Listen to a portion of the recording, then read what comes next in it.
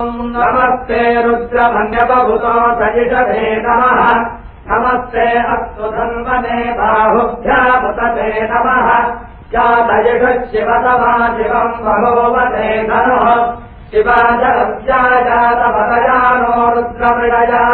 नमस्ते अस्तु भगवन् विश्वेश्वराय महादेवाय त्र्यम्बराय त्रिपुरान्तकाय त्रिकालाग्निकालाय कालाग्निरुद्राय नीलकण्ठाय मृत्युञ्जयाय सर्वेश्वराय सदाशिवाय श्रीमन्महादेवाय नमः